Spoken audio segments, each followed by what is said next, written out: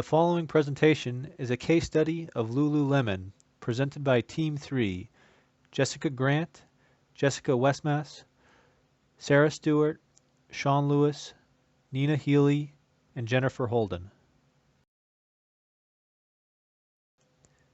Below are the focus points of our presentation. The following slides covering history, development and growth, and strengths and weaknesses will be covered by Jessica Westmass. So LuluLemon was created by Chip Wilson in Vancouver in 1998. He started the company because he was an avid outdoors person. He had a very active lifestyle. And he tried yoga for the first time, and he ended up loving it and loving the culture that surrounds it. And so he wanted to create a store that was twofold. He wanted to create a line of clothing specifically for yoga that was not cotton-based, and therefore more flattering. And he wanted the stores to kind of reflect the culture behind LuluLemon. So it would be a store during the day, and it would get transformed into a yoga studio at night. And that created a culture that people wanted to keep coming back to. One of the first major changes throughout LuluLemon's history was the hiring of Christine Day in 2008 as the senior vice president. In 2013, she left and was replaced. And around that same time, Kelvin McDonald was named the CEO with the departure of Wilson for some controversial comments that he made. And at the end of 2016, Celeste Bergeron was promoted to the senior vice president role. Next, we'll talk about the growth and development of LuluLemon. For development, it started out as initially slow. It started out with that first store. And then in 2018, when Day was hired, she was able to find multiple weaknesses within the company and address them to kind of help shape how the company is today. They're currently looking into further develop their men's line. The men's line has always been present, but just not near as well known and not as much time spent into it. And so they're really looking to develop that. In 2019, they're trying to amplify their customer loyalty program, where members will pay an annual fee to get expedited shipping and free workout classes at the stores. And they've also been pushing to expand into China. In 2018, they had 22 stores, and they are looking to further develop there as well. As far as growth, in 2005, right before Day was hired, LuluLemon was actually a privately held company as an entrepreneur startup with less than 20 stores in Canada. In 2008, when Day was hired, LuluLemon was publicly traded. It became a publicly traded company and had close to 100 stores, including 56 within the U.S. And in 2018 already, we saw that there were 424 stores across 16 different countries. The U.S. still holding the most at 285. Moving on to the internal strengths and weaknesses for LuluLemon. Their strengths are that they have been able to market to a target audience successfully by creating an environment around their product and not just selling a product. They've been emphasizing on growing the company internationally and through their online sales on their website. They also focus on quality of their products and are known for correcting mistakes for customers relatively quickly. They've also increased their emphasis on the men's clothing line and broadening that. And they've also been advertising for more than just yoga now. So whether it's running, biking, just general fitness. Moving on to their weaknesses, though, we saw that the original founder actually had to sell his part of the company after making some unprofessional remarks. And the process took a long time for the company to address and complete, which caused some of the general public to be a little displeased with them. They've struggled with underperforming stores as well as mismanagement in the real estate strategy. And that caused high cost locations in newer markets to have less demand than what they should have. They've also struggled with implementing new inventory systems. So they really haven't been able to keep pace with the demands of the marketplaces.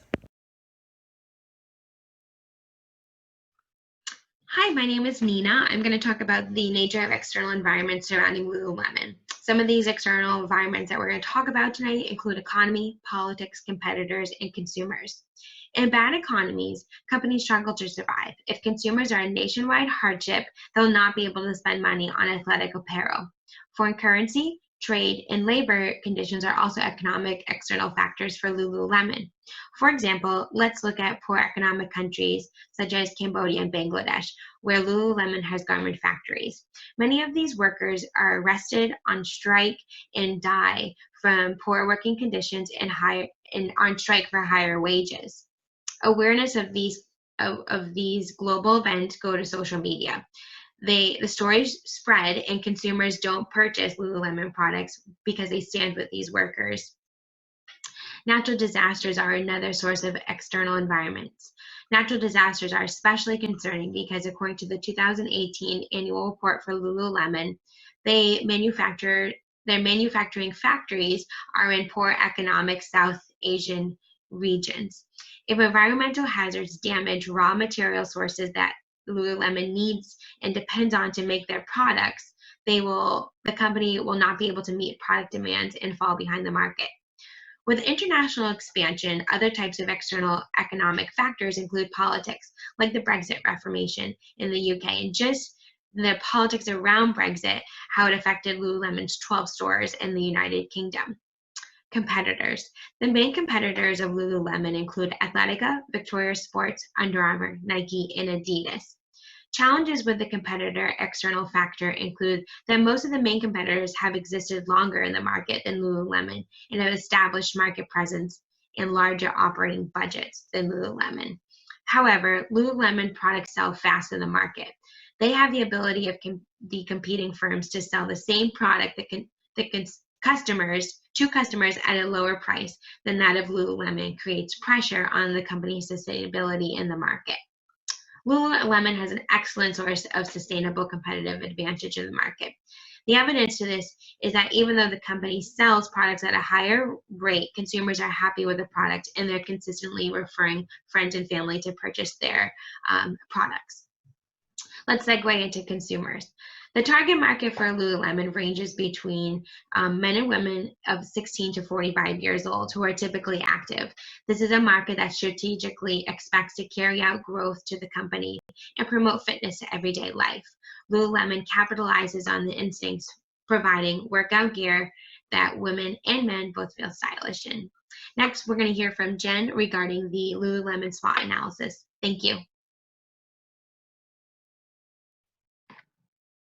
One of LuluLemon's most noteworthy strengths is its unrelenting emphasis on quality. LuluLemon's use of the technology, sophisticated fabrics, and materials contributes to its brand image and overall marketability. But it is also a weakness because the company depends on such a short list of third-party suppliers and manufacturers. Sales throughout LuluLemon stores locations remain solid, and the company should pursue its expansions to grow its store network. LuluLemon's ability to enter a highly competitive market alongside brands such as Nike, Adidas, and Under Armour is noteworthy because the athletic apparel industry is notoriously difficult to penetrate.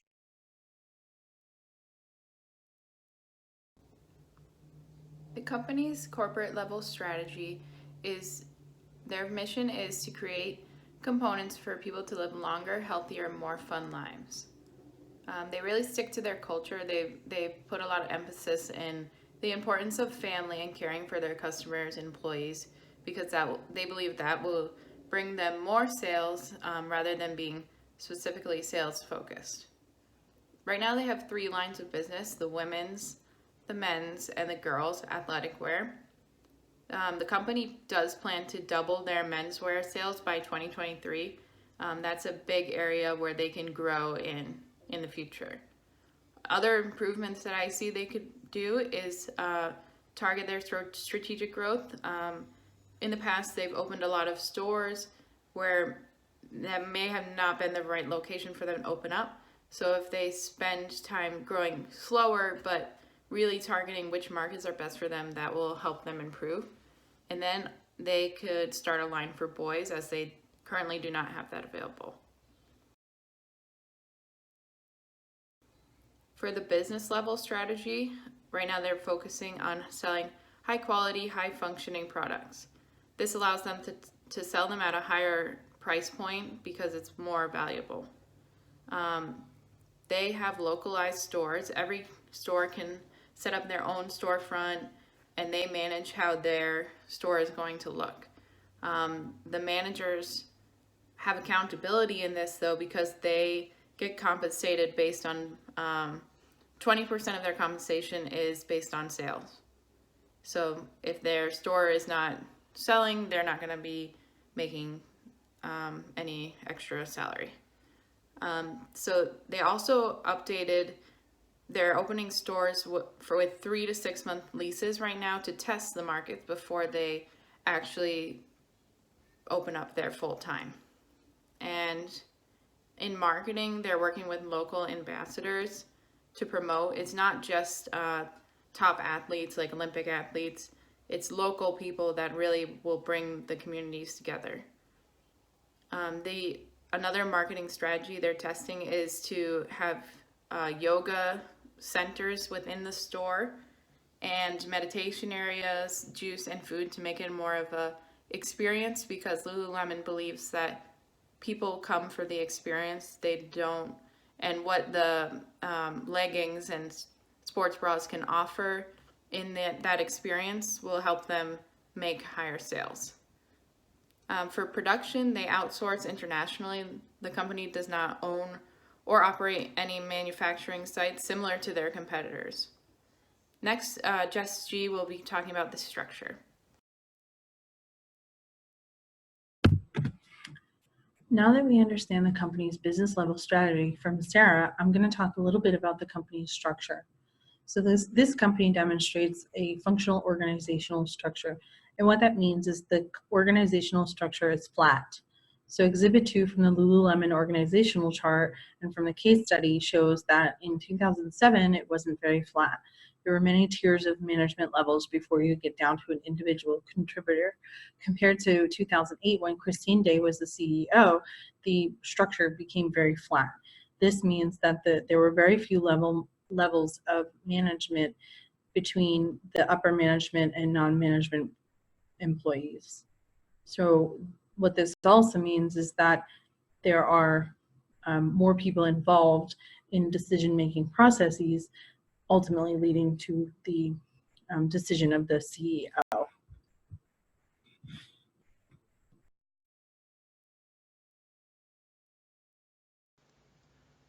This image shows the organizational structure of LuluLemon in 2007.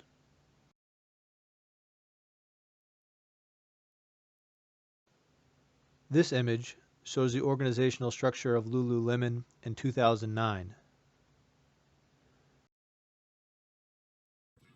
So I just went into detail about the company's organizational structure. So now I'll spend some time going through the company's control systems. So aligned with LuluLemon's strategy, the company has 3 types of control systems. The first being output control. So this is used to understand if the goals are being met in all levels of the organization. LuluLemon refers to output control as a performance mechanism to measure organizational goals. The second control system is behavior control. This is used to understand the different levels of control from the board of directors down to store employees. So LuluLemon defines this as a way to provide corporate governance throughout the organization. LuluLemon's leadership oversees management and is ultimately accountable through set standards, policies, and various procedures that they set. The company sets objectives throughout the organization with its employees so that they can better measure success of the stores. And the third output, or the third control system rather, is clan control. And what this is really focusing on is the ability to understand the performance of the employees within the organization.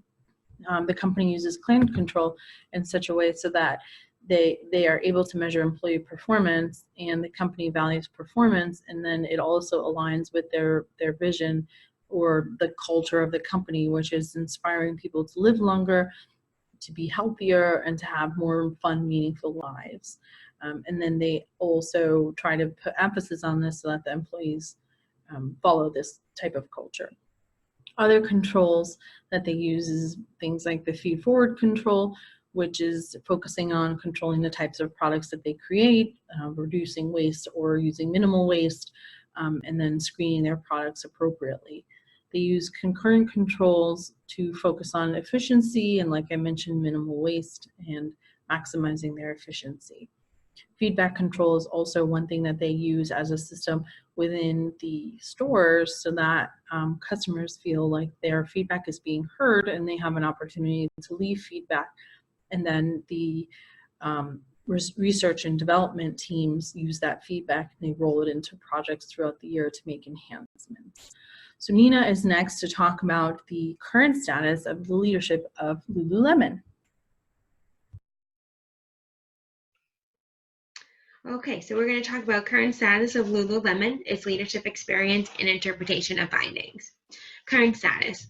LuluLemon currently has stores in North America, Europe, and Asian Pacific regions. They have grown considerably since the beginning of their one-room yoga studio in Vancouver, Canada, to now operating a total of 440 stores worldwide. They employ 16,000 employees, and they have an annual revenue of $3.6 billion. Success in the market. With the improved economy, better than expected quarterly results for LuluLemon leave them shining on top. Comparable sales rose better than expected 19%, including a 10% increase from the stores and almost 50% increase on jump online sales. But what's more noteworthy is at a time when many retailers have increased sales at the cost of profit, LuluLemon's gross margin, the percentage of sales in goods sold widened by almost 55%, which is above their giant competitor Nike. LuluLemon said they reduced discounts and sold even more products at full price while lowering its selling and general administrative expenses, which was a percentage of the sales. What happened? The profit almost doubled. Total sales in the quarter ending July 29th rose 25%, which is equivalent to $723.5 million. Yes, LuluLemon sales projected for the year are hoping for $3.2 billion, which still puts it at least 1/10 of Nike size, for instance. But the company has shown that having a product that consumers crave and is sustainable and drives growth, in contrast to other brands like Gap and Victoria's Secret that have faltered because their products have failed. Leadership. After former CEO Lauren Potvin resigned in February 2018 following what LuluLemon described as behavior that fell short of standards of conduct, respect to employees, and the lack of integrity, the company in July named Calvin McDonald, former president and CEO of Sephora, now LuluLemon's new CEO. According to CNBC, former employees said that Potvin had negative impact on the company culture for what they described as toxic.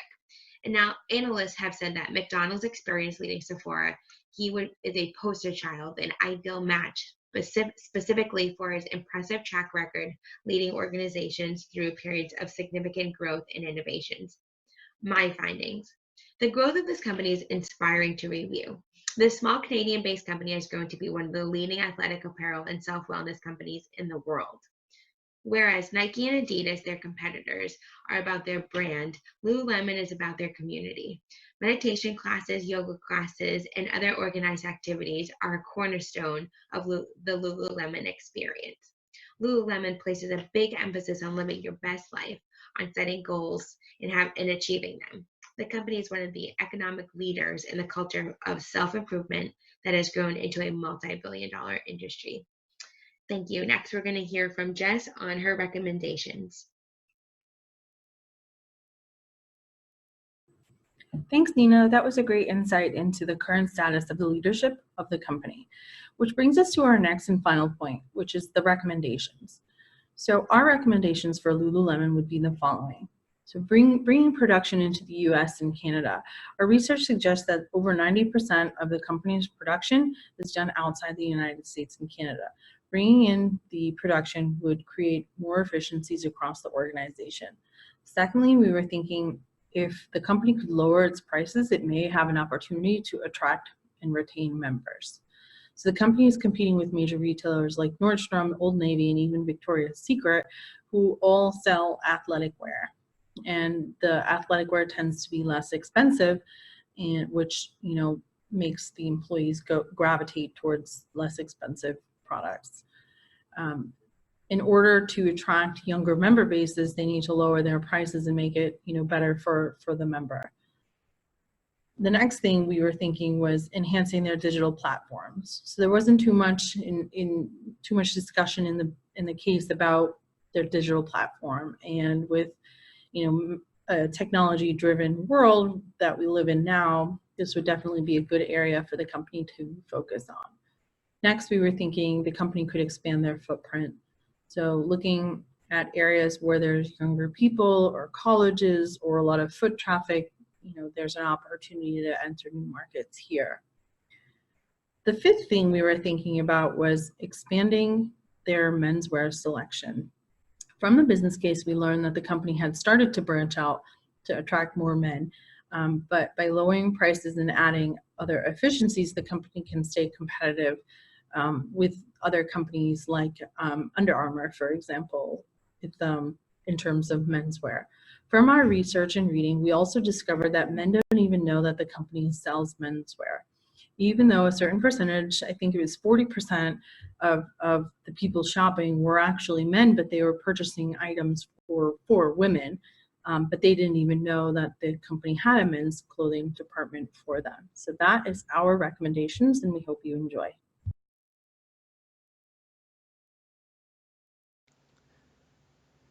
Thank you for watching our presentation on LuluLemon. To find out more information about this company, please see the links on the following page. Thank you, and we hope you enjoyed our presentation.